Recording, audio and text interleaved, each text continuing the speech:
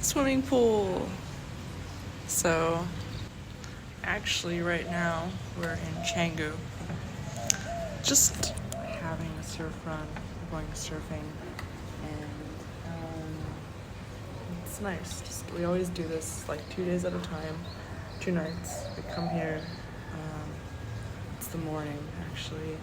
We're gonna go to have a huge breakfast at this place called Tika. If you live in Canggu or if you've been to Canggu, you know where it is.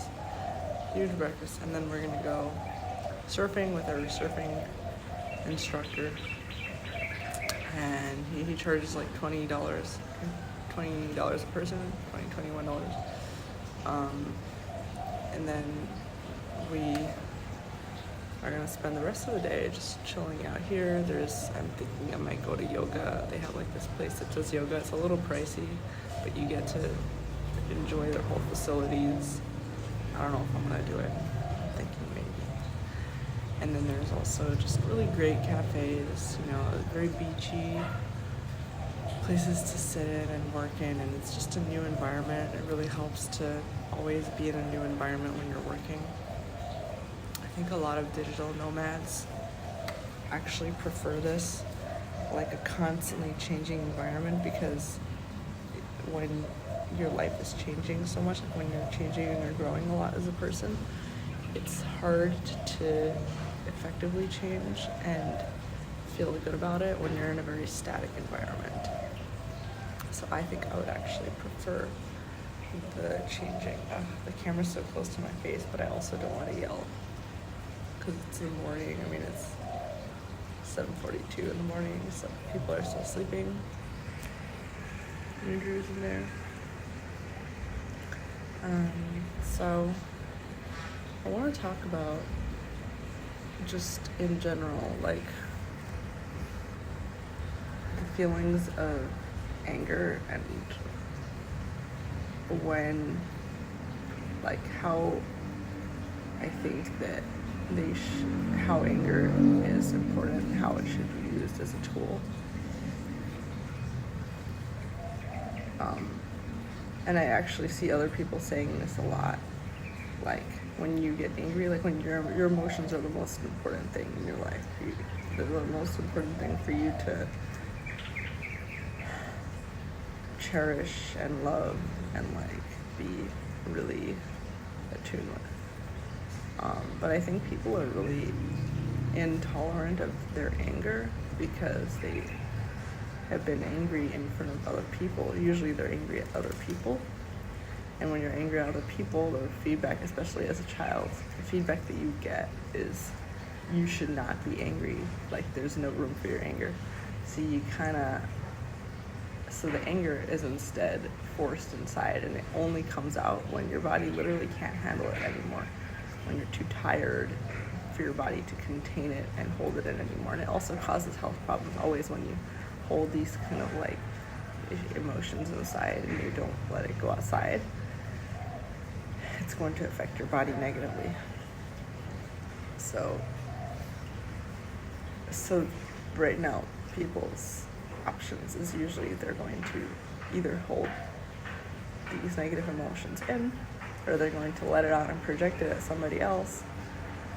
But I think that the third option would always be to learn how to validate these emotions and channel them, to express them but channel them, like be really purposeful about everything. It's really hard to do because, like, especially if you're bursting with emotions, it's just really hard to burst with emotions in a purposeful way.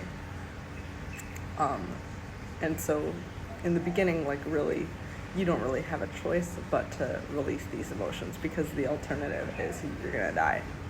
So you have no choice but to start releasing these emotions, letting it rip, and just hope that the right people will stick around, or that the right people will figure out how to protect themselves from it, put up their own barriers, their boundaries. But for you, it's just important. This process is about you to let these things out. But then once you feel like you're in a flow of letting your emotions out authentically, and I feel like I'm starting to get like in this phase, I'm like looking at the water and talking about this, and it's really soothing. Once you're in the flow of letting out your feelings authentically, trying to use those feelings as a tool rather than as something that controls you. So the feelings that you have are like horses, and you're like reining in the horses. So for me, it's like I feel like I've gone through life for so long sort of like feeling like out of control, ragdoll. Like as a kid, I was always in a state of panic. I was actually talking about this with Andrew last night. Like, you know, I'm a really doubtful person. I'm very cynical. But the thing is, I don't even like to use these words because these words describe something that was really important to me as a child, which was protecting myself. So doubt, cynicism, all these like negative things were things that as a child I used to protect myself in really bad situations. And so when I meet people, when I see people, the first thing I cannot help but to do is to notice their flaws, the things that might make them a danger to me. I can't help it, and you know what? It's my body protecting me, so I have to love it and validate it, and it's beautiful. But, you know, we're having this conversation about, like, why am I so doubtful about things? Like, why? And the thing is that I don't project these doubts ever. Like, people only see me projecting the nice things. I don't want to put myself in a situation where I tell you all the doubts that I think, or any of the doubts that I think, because then people will get angry and they'll backlash against me because they expect me to be the optimistic person, the person that isn't doubtful, the person that receives their doubts. But the reality is that I cannot receive anybody's doubts because I'm a very doubtful person. I'm like a little girl scared inside. And I feel like I've built so many relationships, including my relationship with Andrew, on the premise that I am going to be this person that is always chill and like is always going to like be positive and optimistic. And I try. But the thing is, like, that is not the real me. The real me does not have faith in anybody. You know, I've learned, and this is actually how I go through life, how I survive. The reality is I expect the worst from everybody in my life. I really do. And it's not because of them. It's because this is something that I learned from a child to protect myself. And a really good self-protection mechanism, actually, you know, if I might brag about it, you know? It's a really good self-protection mechanism that I learned as a child, which was that all people are unreliable. All people will let you down. All people will hurt you. You have to learn how to survive without everybody and anybody. If you read House Hackers Anonymous, my book, it's a little protection book. It's a little protection manual that I made for my younger self. And you know what? That's beautiful. I'm so proud of it. It's like all the ways to not rely on any person, on any government, on any matrix, on any group of people, like all the ways to protect yourself. Because as a child, I remember my family was poor when we were little. But then when I was like 10 years old, and I always say the word 10 because that's the age that I remember it most, but it was brewing before I was 10, but like the age that I remember at 10 years old was when we moved from our old house in like kind of a dingy neighborhood and our bad situation. We were living with my grandparents, all these things, and we moved to Beverly Hills. So we had this dramatic life change that came with dramatic change of wealth, dramatic change of friends, people that we were surrounded by, like and we moved to this new place, which was all of a sudden supposed to be a better situation. It was like and it was a different situation completely. Like a dramatic change from being a child that is seeing all the bad things that come with being very poor and being so dependent on other people to survive. And then all of a sudden you're in this place where everything is, you're told everything is all better and be happy. And why are you hung up on the past if you're even still emotional about the previous 10 years of your life, which is what's the formative years of my life. And I feel like I feel bad for my parents, actually, because there was this period of time when we moved to our new house that I refused to sleep on a bed. Like, I only wanted to sleep on the floor because it made me feel safe. Because, and you're going to see this in my book, House Hackers Anonymous, because the thing that made me feel safe always was living with the most basic things. And even now, I live very frugally. I try, people say, I hear this a lot, by the way. I hear people saying this all the time. Rich people are stingy. Rich people are stingy. They hold on to their money very tight. I might flip that on you, and I might say stingy people become rich. And stingy people, in other words, people that hold on to their money very tight, usually have traumas around money. They usually became that way for a reason, and actually really usually requires compassion.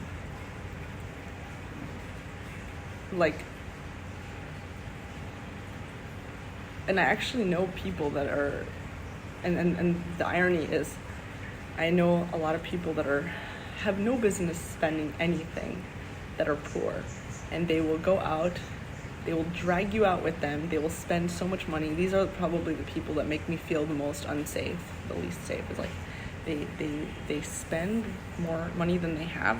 Their credit cards are always maxed out. If they have credit cards, they're always maxed out. They're always getting other people to pay their meals. Sometimes they don't get other people to pay their meals, but they're always dragging other people into their really big spending habits. And they're never moving anywhere. And it feels like a black hole of like, oh my God, like this person is... But the thing is, people who are frugal, it's not, because they are greedy. And the thing is, usually the people who say they're greedy or they're stingy, it's because they're trying to get money out of these people. So they're usually financially abusive people that say this. Because it's like, well, what? Like, this person isn't spending money on themselves, so they should spend it on you? No, get out of here. You have very abusive people around that will say these things. But people are frugal because they're scared. They're scared and they're protecting. And you know what? Frugality is something that does protect people. It's not something crazy. Like, it's not like something that you pull out of a DSM book and you say like, oh, like this is you have to fix this. No, you don't have to fix anything that your body is doing. Like, you don't have to fix it. You just have to get away from people and situations that are unaligned with it. If they're people in situations that can't handle you being this way, then move away from them. So yeah, I feel very reflective this morning. But yeah, as a child, like, I was really not able to believe that my family was all of a sudden rich, because I had been raised in this reality where we were very poor. We were wearing used underwear from other people, from Salvation Army or Goodwill or whatever was the thing at the time. I don't remember.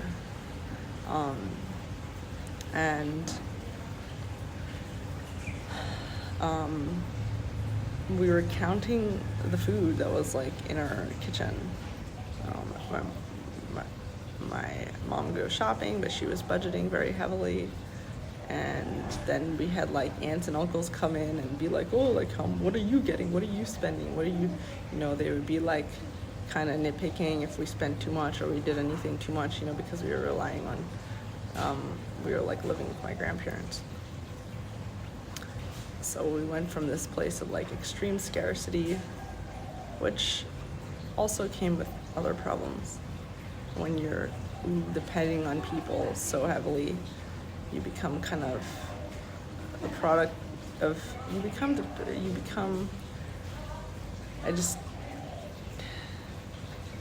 they can do whatever they want with you, basically. So, and sometimes they do, even if they don't want to be. It's just,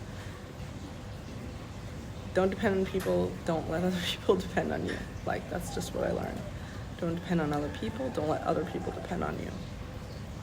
You become like a fortified island, and that's how you can actually be happy around other people and have long-term sustainable relationships, is when you don't depend on other people and other people don't depend on you.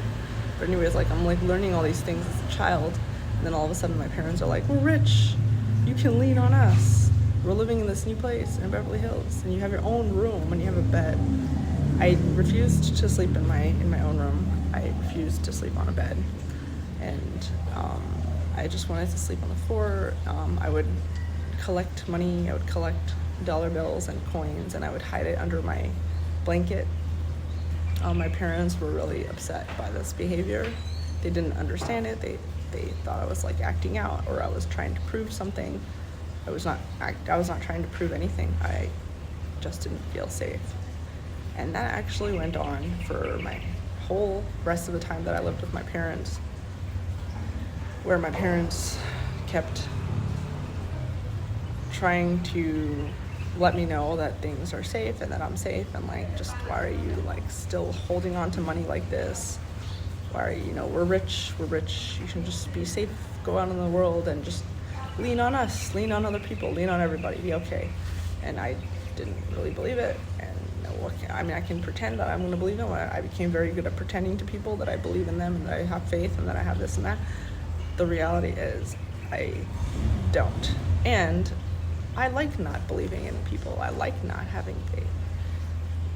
This coping mechanism was actually like a really good protection. And when I don't rely on other people, then I don't get disappointed when they inevitably fail. And they do. Everybody fails, because we're humans and humans fail.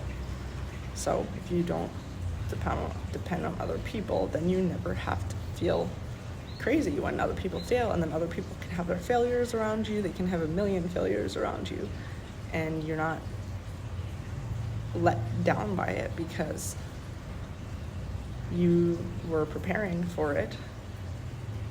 And then you don't have to flip out when they fail. You don't have to, you know what I mean? I feel like I'm just constantly lately in situations where people are wanting me to believe in them and like almost like want to rely on certain things about them that I don't want to.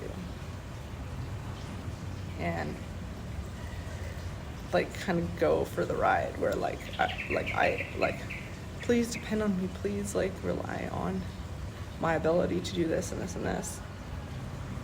And I'm like, I don't rely on anybody. Why would I rely on you, especially you?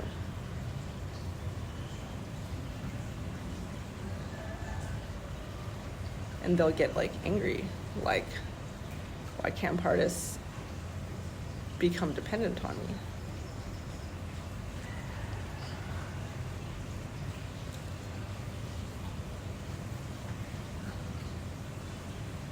Why would I become dependent on somebody over and over again so that I can reinforce to myself over and over again the inevitable fall? I'm gonna die anyways. I might as well just die when I die and not have to do it faster than that. And when people tell me they want me to rely on them or depend on them, or, like, that's not love to me. That's very not loving. I mean, it doesn't feel like it to me because of the way that I grew up, and it might feel like love to somebody else. And so you can put names and words on every characteristic that you might have or that someone else might have from childhood.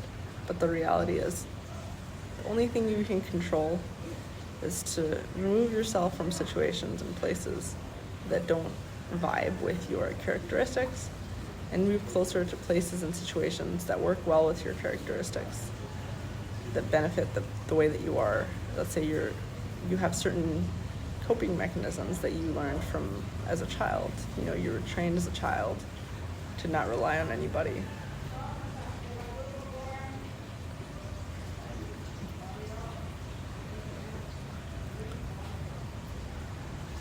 Prepare for the best, brace for the worst. Stuff like that, something like that. There's nothing wrong with it. And then when your emotions come out, so you've prepared for the worst, so you won't be disappointed, you won't get angry, you can just enjoy life, live life as it is, because you have zero expectations and you've done everything you could to control it, but the rest of it is life happening to you the way it's supposed to, and you're happening with it the way you're supposed to, and you're in alignment. And then the feelings that come out are in alignment with all of that. They're supposed to come out. You're supposed to feel all these feelings. You're supposed to act the way that you act. But while you're at it, you might as well also look at your emotions, see which ones are like a pattern that you're having over and over again. Your anger specifically, or anxiety, you know, and see and start having conversations with these emotions and see which direction they want to take. So you have the things that are happening to you and the patterns that you can't control right now because they just happen. But you can plan for the future, and you can move your life in a different direction for the future, and you can keep doing that. And the way you can do that is become attuned with the little voices inside of your head that communicate to you these things. Your anger, your anxiety, your distress, whatever, or your happiness, the things that say, I like the things that we have. The things that say, I really enjoy that we get to be in a warm place, you know, so let's keep that. Or the things that say, I really don't like that we are, you know, in such a busy street all the time and around roosters all the time. Pay attention to these things as not so that you have to change things today or this second, but as a way to discover what you like, what you want to do, your purpose in life, like what you want to be focusing on for the future. And that's all I have to say. That's all I want to say today, is really focus and think about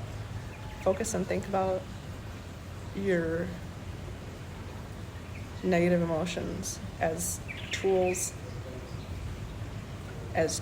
not as, and don't listen to anyone that says, oh, that gives you like labels from a psychological handbook. You're a bipolar, you're a chronic anxiety, you're a this and that. And like I use words like anxiety, anger, whatever.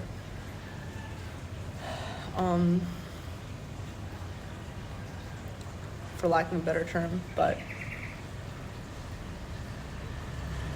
all of your emotions are there for a reason, and they're not just crutches, they're not something to get rid of, they're actually benefiting you still, probably. So pay attention to what they are, your feelings, your emotions, and what they want you to do. And in the meantime, the parts that you can't control right now, just go through with it the way that you're supposed to. And if it's supposed to make you feel angry all day and scream all day, well, that's what it's supposed to do. All right, see you guys in the next video.